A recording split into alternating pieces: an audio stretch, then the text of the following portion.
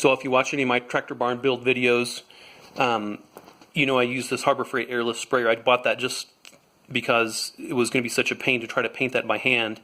And this made the job go so fast, painting all that steel. So, but it was kind of a pain in the butt dragging it around, especially when I was putting it in a 5-gallon bucket of paint. And yeah, I was trying to set it on top of it. It was falling off. I was carrying around another bucket to set that on. It was falling off that bucket, so I was just kind of frustrated. So I came with an idea for the hand truck, this Harbor Freight hand truck that I had sitting around.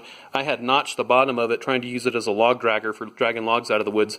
It kind of worked. It didn't work very well, but then I ended up buying another hand truck, so I'd have a full piece on the bottom, and then this was kind of sitting around, so I thought, well, I'll make a rack for it. So this is the rack I made, and I just used some angle iron here on the bottom, welded it on both sides here and here.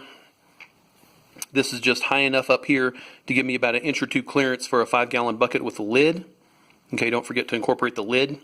And just welded a couple of cross pieces on. And one was probably enough because I made this just the right width for that Krause and Becker frame to sit in here.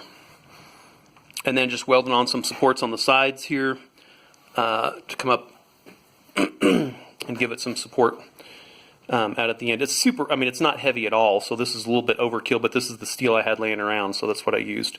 The plan is just to put the bucket in the bottom, bungee cord it, put the airless sprayer right here where I can drop the hose right into the bucket, bungee cord it there, and then I'll have these little brackets, and this, like I said, this is all scrap steel. This is all irregularly shaped, and it's all bent and different sizes, but I don't care. This is where the hose is going to sit. We'll wrap it around here and then just hang the gun here as well, and then we can roll it around. And I've got several projects I've got to do. I've got to paint 2 different fences. I've got a shed to paint. I'm planning on building another tractor barn, not a tractor barn, but another barn about that same size, about 10 by 20, to store things in. Hopefully I'll get all that done this summer. And this is just going to make it a lot easier. Just be able to put the bucket under there, put the sprayer on there, and then I just got to run the electric cord. And so let me shut this down, and I'll make another video of everything on it.